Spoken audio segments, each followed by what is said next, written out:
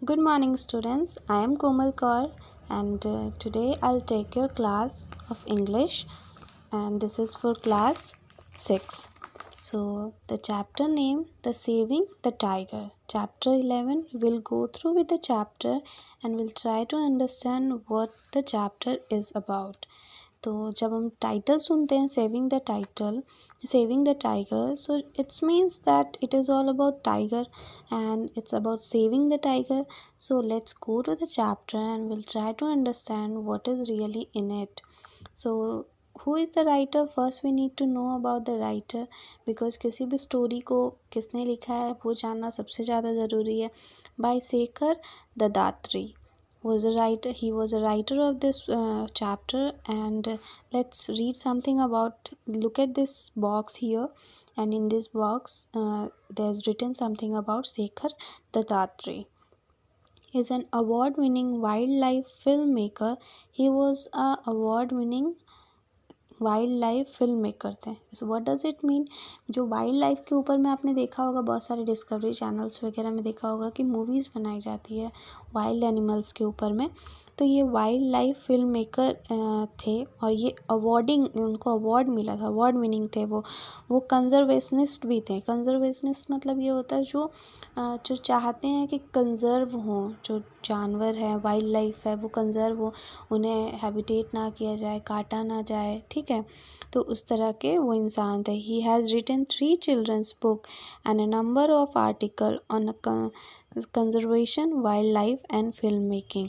तो वो क्या थे, उन्होंने चिल्ड्रन के लिए बहुत सारी बुक्स भी लिखी थी. यहाँ पे 3 बुक्स को मेंशन किया गया है, और उन्होंने बहुत सारे आर्टिकल लिखे थे कंजर्वेशन, वाइल्ड लाइफ के ऊपर में. उन्होंने मूवीज़ भी बनाई थी, फिल्म मेकिंग भी की थी. तो मतलब ऑल ओवर वो अपने काम को लेके बहुत ज़्यादा ही डिवोटेड थे.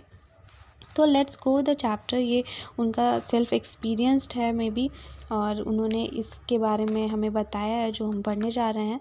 सो I am gonna read the text and I will try to make you understand. If any issue feel free to ask. Okay. I was 19 when I saw my first tiger in the wild, and it was very bit as thrilling as I had imagined. So the writer was just 19. Writer कितने साल के थे? Just 19 years के थे जब पहली बार उन्होंने जंगल में एक टाइगर को देखा था. He was just 19.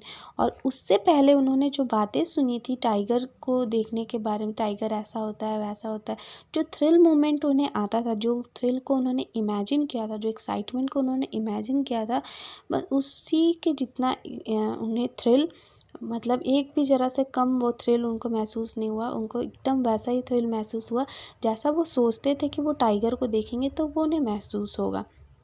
Okay, who is I here? The Shekhar. Okay, I was in Kanha Tiger Reserve in Madhya Pradesh. तो कान्हा टाइगर रिजर्व है मध्य प्रदेश में, वो वहाँ थे. Seated on a young tame elephant that was barely 6 feet tall, the elephant and its teenage mahout were being trained to track the tigers by more experienced trackers on much bigger elephants. So what the Shekhar is saying that कि वो कहाँ है, Kanha tiger reserve Madhya Pradesh में है, और वो एक 6 feet, जो मतलब लगभग 6 फीट टॉल एक एलिफेंट है, उसके ऊपर में बैठे हुए. एक यंग एलिफेंट है, बहुत ज़्यादा हेवी नहीं है, बहुत ही टेम है. ओके, तो उस तरह के एलिफेंट के ऊपर में वो बैठे हुए हैं, और उनके साथ एक माहौट क्या होता है, जो एलिफेंट्स को पालते हैं और उनके साथ रहते हैं, जो उन्हें ट्रैक करते हैं, उन्हें माहौत बोला जाता है. और एक टीनेज, जो वो उस एलिफेंट को जो ट्रैक कर रहा है, जो उसे चला रहा है या फिर उसके साथ साथ चल रहा है, जो उसकी देखभाल कर रहा है, वो भी एक टीनेज ही है, और ये एलिफेंट भी बहुत यंग ही है. तो दोनों का कॉम्बिनेशन बहुत अच्छा है. तो वो माहौत जो है उसे ट्रेनिंग दिया जा रहा था. He was being train by the bigger tracker. ठीक है, जो बड़े एलिफेंट्स के ऊपर में बैठे हुए थे, मे बी उनके फादर होंगे या फिर उनके मालिक होंगे, कोई भी होंगे, उस लड़के के जो मालिक होंगे या पापा होंगे या कोई भी फैमिली मेम्बर्स होगा, वो दूसरे बड़े एलिफेंट्स में बैठे हुए थे, और वो उसे सिखा रहे थे, जो लड़का था उसको सिखा रहे थे how to track tigers.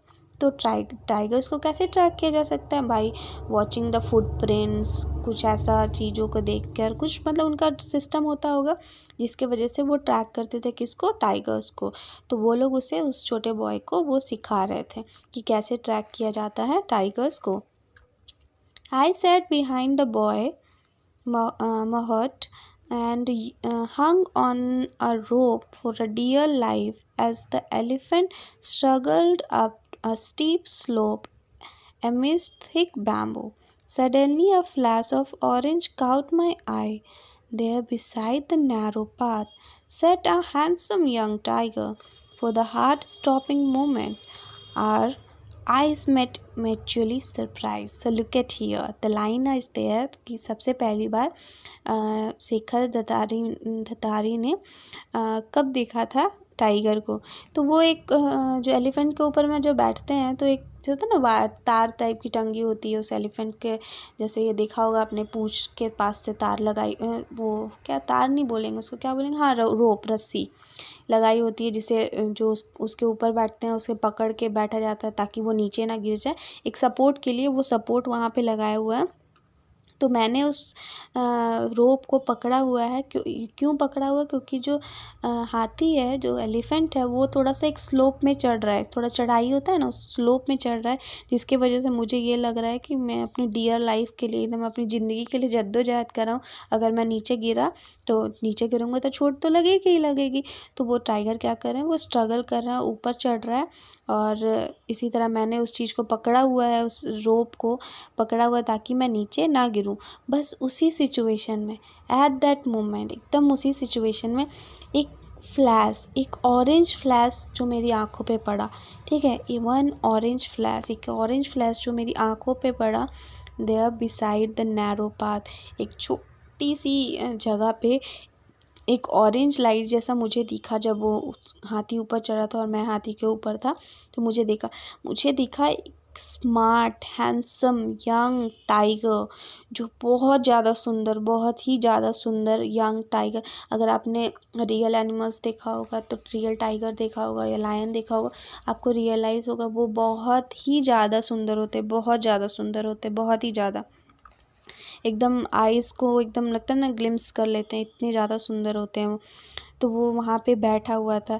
For the heart stopping moment it was for me, मतलब उनके लिए एकदम हार्ट स्टॉपिंग, मतलब कोई चीज़ को आप बहुत ज़्यादा डिसायर करो कि ये चीज़ मुझे देखना है या फिर ये चीज़ मुझे चाहिए, वो चीज़ जब आपके सामने आ जाएगी आप कितने ज़्यादा खुश हो जाओगे। तो यही राइटर के साथ हुआ, वो उनके लिए एकदम हार्ट स्टॉपिंग, एकदम दिल रुक जाने वाली मोमेंट था।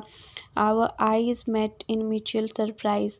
तो ये टाइगर और राइटर के बीच की बात हो रही है कि उनकी आंखें मिली, एक टाइगर का और एक इंसान की, दोनों की आंखें म्यूचुअली हुई, और दोनों के लिए एक सरप्राइज मोमेंट था ये। The tiger was so close that it could have easily leaped onto our elephant and pulled us down, but it just sat there calmly looking at us with curiosity. So क्या हुआ, जो tiger था, he was just too close to me.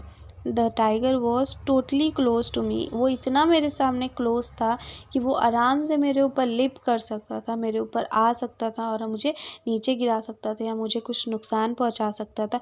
But the tiger was so calm, he was calm and just sitting over there. आराम से वहाँ बैठ के वो मुझे और हमारी टीम जो भी थी उनको आराम से बैठ कर देख रहा था, और वो हमारे ऊपर बिल्कुल नहीं आया, और मैं भी उतना डरा नहीं उस वक्त। Okay. Then, as my elephant gave a heap and climbed to the top of slope, the orange cat disappeared from view. Oh, तो what just happened? जैसे ही जो एलिफेंट था वो पुल्ड अप हो गया, एकदम चढ़ गया ऊपर में, एकदम स्लोप के ऊपर में वो टॉप में चला गया जब एलिफेंट, तो एक होता है ना झटका टाइप से लगता है, तो वो झटका टाइप से लगा। तो मेरी ज़रा से नज़र हटी, जैसे ही नज़र हटी वो ऑरेंज कैट मीन्स वो टाइगर डिसअपियर हो गया, वो कहीं झाड़ियों में गुम हो गया। And it was a great moment to see that tiger for the first time in a life ever. Okay. Since that day, several decades ago, I have had many close encounters with the wild tigers during my career as a wildlife filmmaker, but that first glimpse will always remain special. तो पहली चीज़ हमेशा बहुत ज़्यादा beautiful होती है, अगर आप जानते होगे तो पहली चीज़ हमेशा ही ब्यूटीफुल होती है। तो ऑल्दो वो फिल्म मेकर है, उन्होंने वाइल्ड लाइफ के ऊपर में बहुत सारी मूवीज़ बनाई है, बहुत सारी सीरीज़ बनाई है, बहुत सारी बुक्स लिखी है, बट वो जो पहला मोमेंट था, जो पहली बार जो हुआ था, पहली बार उसने टाइगर को देखा था, वो बेस्टेस्ट मोमेंट एवर बोला जाए तो वो था। ओके, बेस्ट मोमेंट था वो। भले सालों साल, एक डिकेड मतलब क्या होता है, 10 साल का एक डिकेड होता है, वो उन्होंने डिकेड अपने निकाल दिए वाइल्ड लाइफ के ऊपर में और सब चीज़ के ऊपर में। लेकिन सबसे ज़्यादा खूबसूरत लम्हा, सबसे ज़्यादा प्यारा लम्हा क्या था, जब पहली बार उन्होंने टाइगर को देखा था, जब वो 19 साल के थे। और कहाँ थे, कान्हा टाइगर रिजर्व मध्य प्रदेश में एक टेम एलिफेंट के ऊपर बैठे हुए थे, और उन्हें एक ग्लिम्स मिला था टाइगर का, जो एकदम ऑरेंज खूबसूरत सा एक फ्लैश उनकी आंखों पे लगा था। वो मोमेंट वो अपनी ज़िंदगी में कभी नहीं भूल सकते। Despite its status as our national animal, the tiger is highly in danger and less than 2000 survive in our forest. But अगर हम लोग जानते होंगे या फिर नहीं जानते होंगे, मैं आपको ये बताऊं कि भले टाइगर्स हमारे नेशनल एनिमल में काउंट आते हैं, नेशनल एनिमल उन्हें कहा जाता है, पर सबसे ज़्यादा इन डेंजर अभी उन्हीं के ऊपर है। बहुत ही बहुत ही बहुत ही कम रह चुके हैं वो, इतने कम रह चुके हैं, मतलब बोला जाए एक मतलब सर्वाइविंग किया जाए, ओके, तो 2000 से भी कम हमारे फॉरेस्ट में टाइगर्स रह चुके हैं। टाइगर्स का बहुत ज़्यादा शिकार किया जा रहा है, ओके। तो according to doctor Ullas Karanth, a leading tiger expert, India's forest can easily support 3,000 more tigers if we do the right things. This requires understanding what tigers need in order to survive and taking determined steps to remove the threats they face. तो doctor उलास जो हैं, उनके according वो एक tiger expert हैं। वो ये बोलते हैं कि हमारे फॉरेस्ट 3000 और टाइगर्स को आराम से वहाँ सर्वाइव कर सकते हैं हमारे जंगलों में, पर उनके लिए एक रिक्वायरमेंट, किसी को भी रहने के लिए एक रिक्वायरमेंट चाहिए। जैसे आप बच्चे हो तो आपको घर में रहने के लिए एक घर चाहिए, मम्मी पापा चाहिए, खाना चाहिए, सब कुछ चाहिए ना, टीवी चाहिए, फ़ोन चाहिए, एक सर्वाइवल के लिए। तो उसी तरह एक एनिमल को भी सर्वाइवल के लिए एक एनवायरनमेंट चाहिए। तो बोला गया कि अगर सही इन्वायरमेंट अगर उन्हें दिए जाए तो 3000 और टाइगर जो हैं वहाँ सर्वाइव कर सकते हैं। लेकिन जो मुश्किलें वो लोग फेस कर रहे हैं, अगर उन मुश्किलों को हटा दिया जाए तो वो मुश्किलें क्या हैं, चलिए हम लोग आगे पढ़ते हैं। Most of us are always that tiger poaching. Okay, tiger poaching is a major threat. Every part of tiger, be it its skin, bones, or body parts, is in high demand in China and part of Southeast Asia, where the skin is used for decorative purpose and the bones and the body's part are used as an ingredient in a traditional medicine, although there is no evidence of efficacy. So क्या क्या परेशानियाँ आती हैं tigers को survival में, क्यों tiger survive नहीं कर पा रहे हैं, आखिर रहते तो वो जंगल में है, तो क्या है सर्वाइवल का नहीं सर्वाइव करने का कारण। तो लेट्स गो। तो most of us are aware that tiger poaching बहुत ज़्यादा है। टाइगर पोचिंग मतलब टाइगर की हंटिंग, टाइगर को मारा जाता है। क्यों मारा जाता है, क्यों इतने प्यारे में एनिमल्स को लोग मार देते हैं, क्यों उनका दिल नहीं करता कि वो एनिमल्स जिंदा रहें और हमारे जंगलों की खूबसूरती को बढ़ाएं, लेकिन उन्हें मार दिया जाता है। और वो क्यों मारा जाता है टाइगर्स को, उनकी स्किन, उनके बोन्स, उनके बॉडीज़ को यूज़ किया जाता है। जैसे कि ये बिल्कुल गवर्नमेंट हमारी अलाउ नहीं करती, अगर ये पता चले कि किसी टाइगर हंटिंग की गई है, उसके ऊपर बहुत बड़ा केस हो सकता है, लेकिन फिर भी लोग मानते नहीं। क्यों? क्योंकि इनकी जो स्किन है, इनकी स्किन आप देखोगे इतनी ब्यूटीफुल होती है, इतनी ब्यूटीफुल होती है ना, ये देखिए यहाँ फिगर में है, ओके। तो लेकिन ये सब जो स्किन है, उनके इवन उनके दांत हैं, फिर उनकी स्किन, उनके नाखून, इवन ठीक है, उनके बोन्स, हर चीज़ को बहुत ज़्यादा यूज़ में लाते हैं। जैसे ये टाइगर्स के बॉडी, स्किन, ये बोन्स, ये सारी चीज़ें चाइना में बहुत ज़्यादा डिमांड में है। और साउथ ईस्ट इंडिया में, एशिया में भी ये बहुत ज़्यादा डिमांड में है। इनके स्किन को एज अ डेकोरेटिव पार्ट, जैसे पुरानी मूवीज़ में देखोगे ना, टाइगर्स के स्किन को मतलब जैसे एज अ कारपेट बिछा के पहले रखा जाता था। अब ये सब चीज़ें नहीं देखने को मिलेगी क्योंकि ये सब लीगल नहीं है।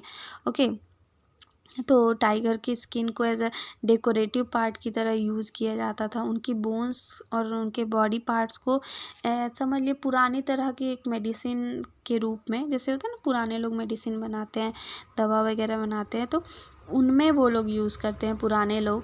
लेकिन अभी इसका एफिकेसी पता नहीं चला है कि कितना ज़्यादा ये बोला जाए इम्पैक्टफुल है।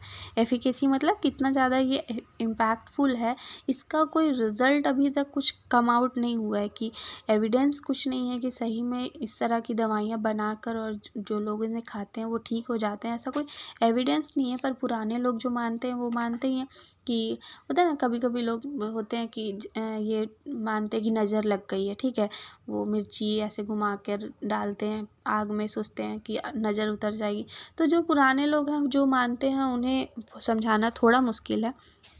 Okay, efficacy of tiger product in treating illness, deep rooted superstitions believe fuel in increasing demand. So ये सब सुपरस्टिशंस जो हैं, जो ये सब लोग सोचते हैं कि ऐसा होगा, टाइगर्स के बोन से जो दवाइयाँ बनी उससे खाने से लोग ठीक हो जाएंगे एंड ब्ला ब्ला, ये सब जो सोचते हैं, ये टाइगर हंटिंग को और डिमांड में लेके आता है। लोग छुप छुपा कर या फिर बहुत ज़्यादा मतलब किसी तरह भी करके वो टाइगर को मार रहे हैं, अपने लाइफ को डेंजर में डालकर वो टाइगर का हंटिंग कर रहे हैं। Okay, with tigers having been driven to extinction in the most other Asian countries, our national parks and the sanctuaries have become the main target of poachers. Two other factors worsen the impact of the tiger: poaching, habitat destruction and the poaching of a prey animals. तो यहाँ पे क्या बोला जा रहा है, अब Asian country में हमारे पास जो टाइगर्स हैं, लोगों की नज़र अब हमारे टाइगर्स पर है, ठीक है, लोगों की नज़र अब हमारे नेशनल पार्क्स, नेशनल सेंचुरीज़ में है। तो हमारा जो नेशनल सेंचुरी पार्क है, लोग वहाँ पे शिकार करने की कोशिश कर रहे हैं। ऑल्दो ये बहुत ज़्यादा मनाही है गवर्नमेंट इस चीज़ पे, बहुत ज़्यादा। इवन हमारे पास जो फॉरेस्ट बोला जाए तो कमांडोज़ हैं, फॉरेस्ट ऑफिसर्स हैं, वो इन सब चीज़ों का ध्यान रखते हैं कि ताकि एनिमल्स को कोई परेशानी ना हो। ओके, लेकिन और भी बहुत सारे कारण हैं जिसकी वजह से एनिमल्स जो हैं, जो टाइगर्स हैं, वो मर रहे हैं, वो नहीं बच पा रहे हैं। क्या वो दो कारण है? एक तो ये हैबिटेट करना, मतलब जंगलों को काटना, ठीक है, डिफॉरेस्टेशन करना। जब डिफॉरेस्टेशन होगा तो एनिमल्स कहाँ जाएंगे, एनिमल्स कहाँ रहेंगे? आपके घर में आके तो नहीं रहेंगे। लोग जंगल ही जंगल काट के मॉल्स बनाए जा रहे हैं, तो क्या टाइगर्स मॉल्स में रहेंगे? नहीं ना, उनको तो अपना घर चाहिए, उनको तो जंगल चाहिए, पर उनको जंगल नहीं मिल रहा। लोग क्या कर रहे हैं, डिस्ट्रक्शन कर रहे हैं। और दूसरा है पोचिंग, मतलब ये जो एनिमल्स को टाइगर्स खाते हैं, जैसे कि समझ लीजिए एक जगह पे हिरन, एक जंगल है उसमें बहुत सारी हिरन है, लोग जाकर हिरन का ही शिकार कर लेंगे अगर, ठीक है, 10 हिरन वहाँ पे है, 10 हिरन को लोग मार कर ले आएंगे खुद के खाने के लिए, तो टाइगर्स वहाँ क्या खाएंगे? और टाइगर्स जब नहीं खाएंगे तो वो तो भूखे मर ही जाएंगे। तो यही बस 2-4 कारण ऐसे हो रहे हैं जिसकी वजह से टाइगर्स जो हैं नहीं बच पा रहे हैं, उनका डिस्ट्रक्शन हो रहा है, वो बहुत ज़्यादा परेशानी में है, उन्हें बहुत ज़्यादा फेस करना पड़ रहा है। So thank you student, till we have understood. In a next class we'll go ahead and try to understand what is in the rest of the chapter. Thank you.